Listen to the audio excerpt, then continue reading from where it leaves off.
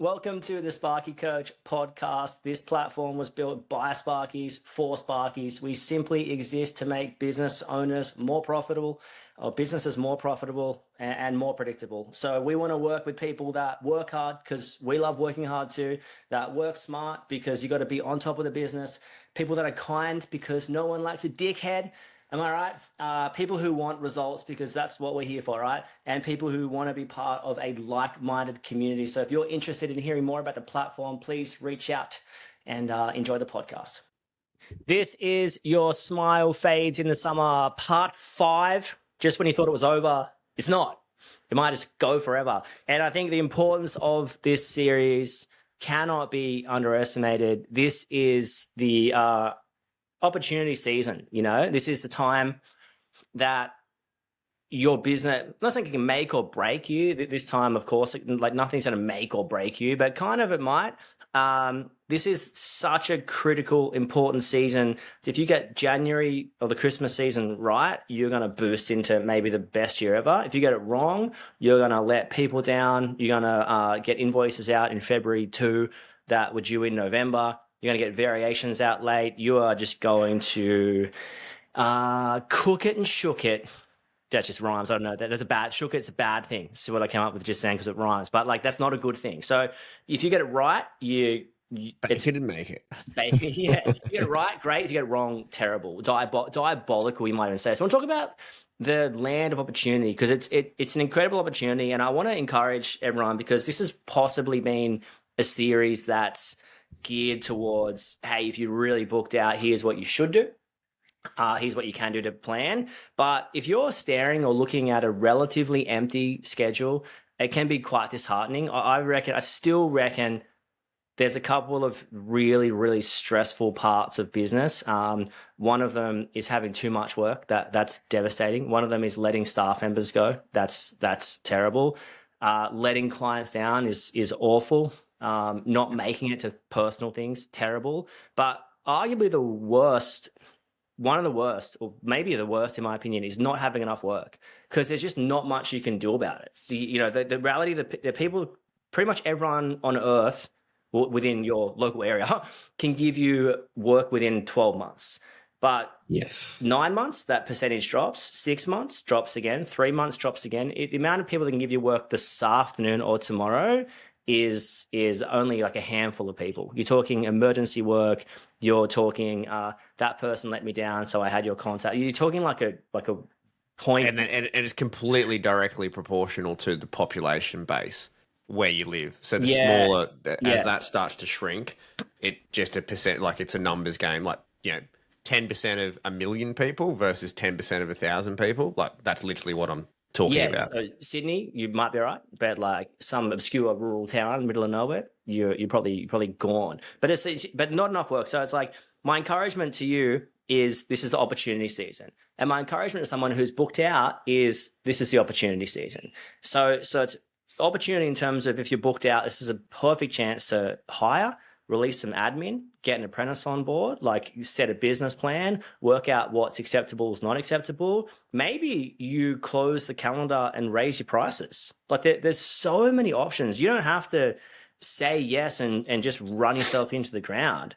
You can be like, oh, here's the option. You don't have to do anything in business. That's a sort of reality. But opportunity, I want to talk first and foremost about just this is the time when everyone starts to drop the ball. People don't return phone calls.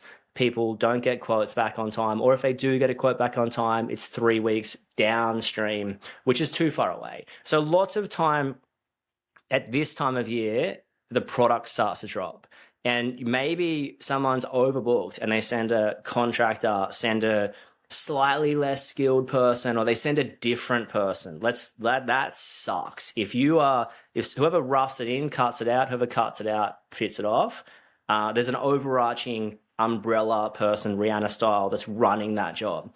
When you are interchanging people because you're too busy and the project's getting handed from Benny to Sue.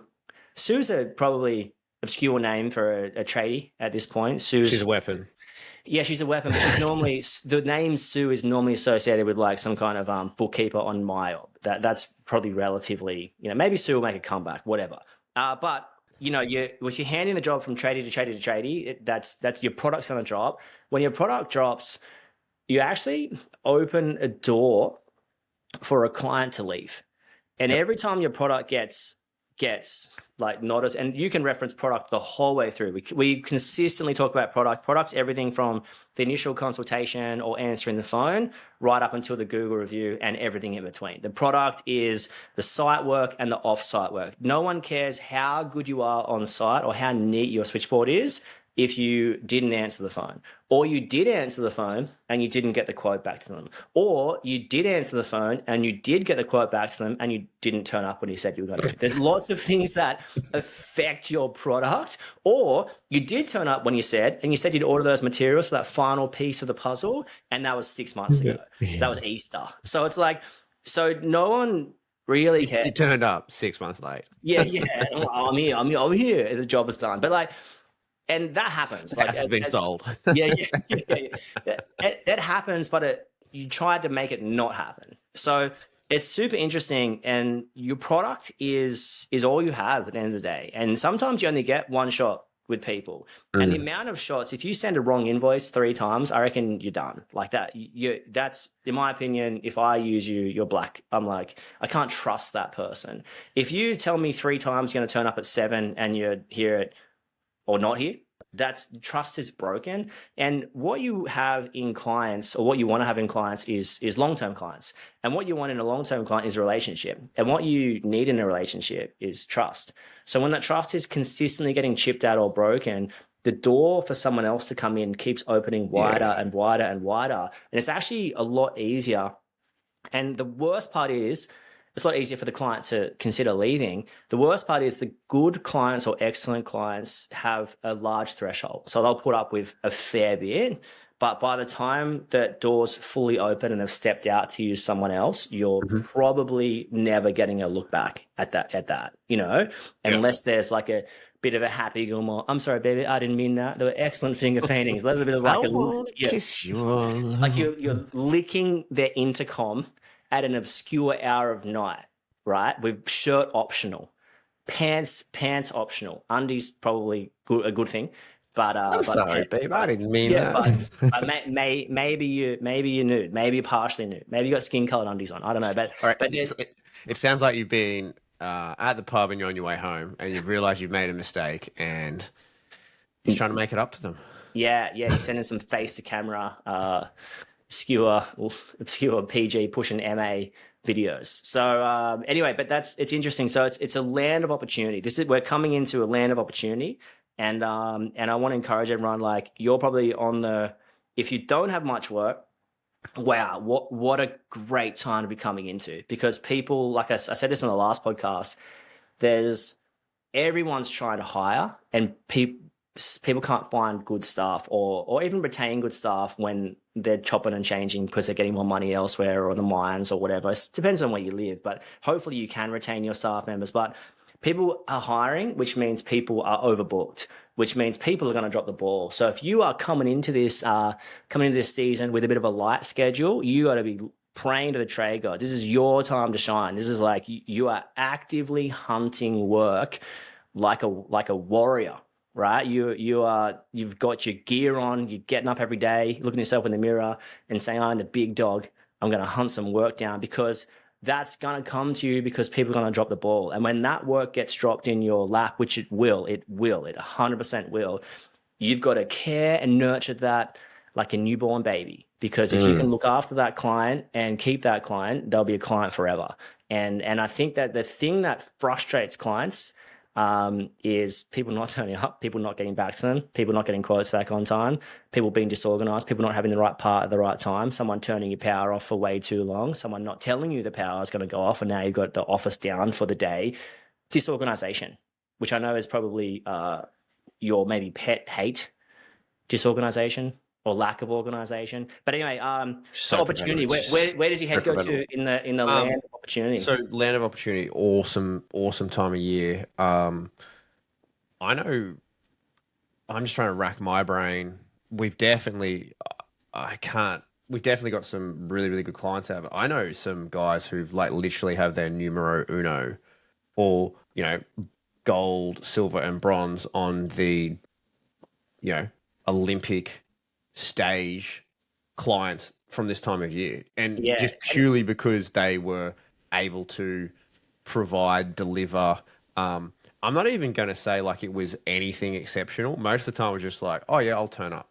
So like we And most of actually, the time the job is $1,000 job or a yeah. $2,000 $500 job or something. It's Well, not I just can literally actually, it just came to mind. So a few summers ago, we picked up a job halfway, so it was roughed in, and then it literally needed to be done before Christmas, and we just came in and pumped it out and got it done for them because we had the capacity with the team that I had at the time, and we did 2 Saturdays. That's literally how we got. That's how we accommodated that amongst all the other work that we were going to do, and just prioritized a few things. And then out of that, one of our best, like no word of a lie, one of our best clients.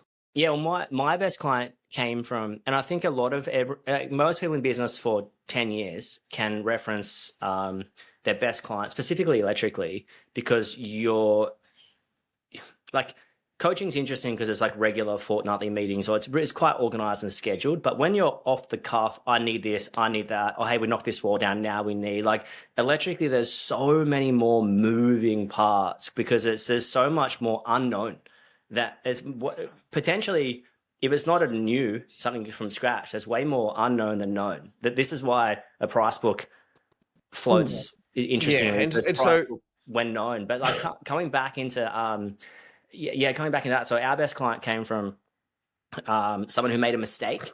They turned up, they just didn't put a drop sheet down, and they dusted out this crazy nuts wine cellar. That wasn't Christmas time, but it just goes to show you one mistake that's bad, or a couple of little ones, then a big one, or a big one and a couple of little ones, put you in the outer circle. That is a Meet the Parents reference or a Meet the Fockers reference. He's got that circle of trust, and I say, this is the circle of trust, and this is you. If you're outside that circle of trust, it's a one-way ticket to look for more work. And the best client is usually the one you've got. Because when you hunting clients is hard. Hunting good clients is even harder. Hunting excellent clients, or the golden geese, you might even say, well, that's reputation, consistency, communication, products that have been at a high level for a long time. That's like, you can't lose those clients, No, but this is the time of year to either pick them up or keep them happy. So the opportunity. So the first thing, and I have touched on it previously, that comes to mind is you gotta know your workload, right? Because it gives you the ability, opportunity. So touching on what you started off with the pod with is if you know you're light on, right? That's awesome, right? Okay, not awesome probably in a stress sense, like so you're probably a little bit anxious and probably a little bit, feeling uncertain, but at least you know, right? So there's nothing worse than not being aware. And trust me, and Crowe will back me up on this, is that there are people out there who are unaware of what their actual workload is when they have no work as well. So it's like, oh, things are going all right. I was like, so tell me what you're doing this week. Yeah, and like rattle off like 3 things, and you're like, what else? And it's like, no, that's it. And it's like, okay, that's alarm bells, right? So recognizing your workload and recognizing you're a bit light, amazing, right? Now, you got to pounce like a cat. Like I'm talking, like a cat chasing numerous mice. Like you got a cat from Puss in Tom Boots. and Jerry. No, Puss in Boots. Like Puss in Shrek. Boots. Yes, Shrek. Yeah. You've just got to hunt it down. So you got to be ready to pounce. The other thing too is here, there's an element of hard work associated with it. You've got to be willing to work hard. I'll reference that client that we got on board a few years ago at the Christmas time. I met them. It was a Friday. I met them on the Friday. I worked Friday night to get all the plans marked up on Ground Plan and got all the information together for them, and then sent them because it was just going to be a cost plus, and sent it to them at like 9 o'clock or something on a Friday night. I was literally just sitting outside in my like my outdoor barbecue area, having a beer, watching the cricket, I think was on TV at the time. So like I didn't stop my life. It's just that I knew that it was critical, and then to get that together, and then they were like, "Yep, cool," and then ordered material on the Saturday, right? So I want to emphasize too that you might have to do some things that are outside of the ordinary, right?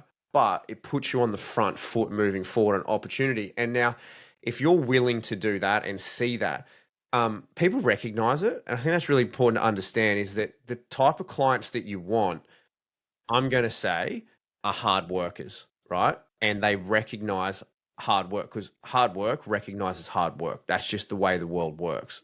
So if you're willing to do some things that are outside the ordinary, I really do feel, and you know, I want to say this with the nicest sort of way and sincerity, like, if you like have the, you know, I'm only going to work 9 to 5 mentality or 7 to 3 mentality, it's going to be incredibly tough to find your ideal clients and align with the people who you want to be working with. Because I think that could be a stage of business thing as well. If you're starting out, you have to wrangle into the abyss and reconcile that you're going to have to do some ungodly things. Yep. 7 till 3 comes with stuff.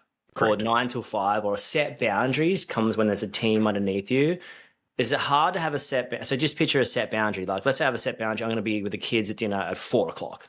4 o'clock. Like, no, like I've spoken to everyone. Like, kids are the most important thing, and I'm by myself. If I've got an amazing client or an opportunity with an amazing client that needs an emergency job and it's at 4:30. What's the boundary there? Because do I need to be home at 4 o'clock, or can I, or is the growth of the business more important? Well, and when you're by yourself, you have not many options to. Do you say do you go or do you go? Or do you arrange someone else to go, which is incredibly risky. Because you want to meet and greet, break bread, build relationships. So incredibly important. If you've got a team of 10, well, you've got 9 options to send, or maybe 5 options of tradies. So it's like, now I can be like, yeah, sweet. Well, you know, you might not even know the job happened. Angela in the office might have answered the phone, organized Jim to do it. Jim's gone and done it. You don't even know about it. So it's like, it's so interesting, the time and stage of business. And I want to encourage everyone, your time will come on that. But it's not going to happen overnight, but it will happen. Rachel Hunter style. And probably like when referencing what I just spoke about then with the times is that also too is that I want to reference it to the point that you're in a space of opportunity and your workload is low as it is. So if everything's humming and you've got heaps of work and you are booked out for months and all that sort of stuff, well, this really, I'm gonna say, it doesn't actually apply to you. But so like you can't have it both ways. So that's probably more what I'm focusing on there. So the opportunity, so recognizing where your workload is, so understanding it. Cool, I'm aware of that. And then working like crazy and offering that customer service. And I think a lot of it goes back to probably when you first started in business, like how good were you? Like, and I'm going to say everyone was probably a rock star in that, like you answered the phone, you got back to the emails. And then you probably got caught up in a lot of stuff. And that's something that we talk about a lot, you and I, Crowe, is just like, let's do less stuff and get it back to the really simple things. So you want to do those simple things really, really well. And they need to be your focus on it all and understand rate of pounce and then get organized and then offer the service that is required. So like it might be doing a bit of the above and beyond to get to win them, to woo them. Like you're wooing the girl at the bar, the boy at the bar, you know, whatever you're into, you're wooing. So like you're wooing a client. That's literally it. Like that's what you're doing. It's like, what can I do here? Okay, reply to their email, make the phone call, ask the question, like bang, bang, bang, bang, bang. Sweet, we've got them. So you're taking control. That's essentially, you're the pilot now, right? You're taking control. Seize that opportunity because that opportunity may only come along once. That's the reality of it all. So be organized, understand where your workload's sitting at, whether there's heaps or whether there's not a lot. Now focus in this pod here is, hey, I don't have much. It's incredibly, incredibly important to understand that it's okay that you recognize that, because you can strike while the iron's hot. Because if you speak to most other people, I'm going to say majority of people will be like, I've got so much on before Chris. If you speak to like a tiler or a bricklayer, or a concreter, right? Good luck getting them before Christmas. Like the reality is they're like, no, I'm probably into the new year already. Like, and that's, I remember a friend of ours, Tyler, on the Sunshine Coast. We were having a beer with them my brother-in-law was having a beer with them in January last year and just having a chat about work and that sort of stuff. And he's like, yeah, I'm full for the year. Like, he's like literally 12 months in advance, really good at what he does, well known in the area, like almost a craftsman, I would say, in what he does. So he is out to that extreme. So understanding and recognizing it so you don't put yourself under pressure, but strike while the iron's hot. That's it. Yeah, and you reference that to electrical was really interesting because, say, landscaping, more than likely, if you called a landscaper, if you were building a house and you wanted the top landscaper in your area, you've probably got to book them in 8 to 12 months in advance-ish with plans, get a quote across. And I think like there's multiple ways of business models to structure. And that's a fantastic one. When you know what's coming up, you go from project to project to project, you're all billable. The interesting thing with electrical is they throw the spanner in the works of all the small jobs. Like it's like no landscaper I know is going and just putting one brick in a brick pathway, or they're like two pavers, or they're gurneying like 2 square meters and then leaving for 3 weeks. So electrically is one of those really interesting ones. And this is probably I'll touch on it because it's probably another podcast in itself. But one thing that comes to mind in a busy season is when you're. We probably should do this another podcast because this is going to go on. I'll put the situation here, and then we'll stop and we'll come back. But is this a teaser? It's a teaser. We're going to do teasers, but yes, this is the teaser. So, okay, you're busy, booked out, and to reference this is a November situation. But your best client calls, or one of your top 5 clients call. And the best clients, in my opinion, are business owners or people that are go-getters. You don't have to be a business owner, but go-getters. And go-getters make decisions. And go-getters don't just make decisions, they make quick decisions. Decisive. And sometimes a quick decision is, I bought this, it's got to be flipped at this point. I've got this, it's done this. We used to work for this commercial bakery, and they're like, we're moving the cafe across the road. They don't care about my availability. They're like, this is a year-long job. They're like, we're just got to get this happening. Okay, so we're moving next week. yeah. Because, but like, if you watch anything of serial entrepreneurs, decisive. They're very decisive, and when they've made their mind up, they're calculated. Bang, we're on, and they want to work with good people. So I want to touch on that. At what point do you, how do you fit that in? So I'm going to leave that a bit of a cliffhanger, Sylvester Stallone style, with his massive shoulders hanging off that tight rope. Isn't that Jean-Claude Van Damme? Cliffhanger? No way. Stallone. Just look it up quickly. There's people driving upset with you right now. Yeah. It's Stallone. It's 100% Stallone. I don't even want to think about it. Correct. All right. Leave that with you. Come back soon. That's a wrap on another podcast. Whatever you're doing, don't be too busy to stop and check if you're making money. And above all else, you know the rules. Be kind. See you soon.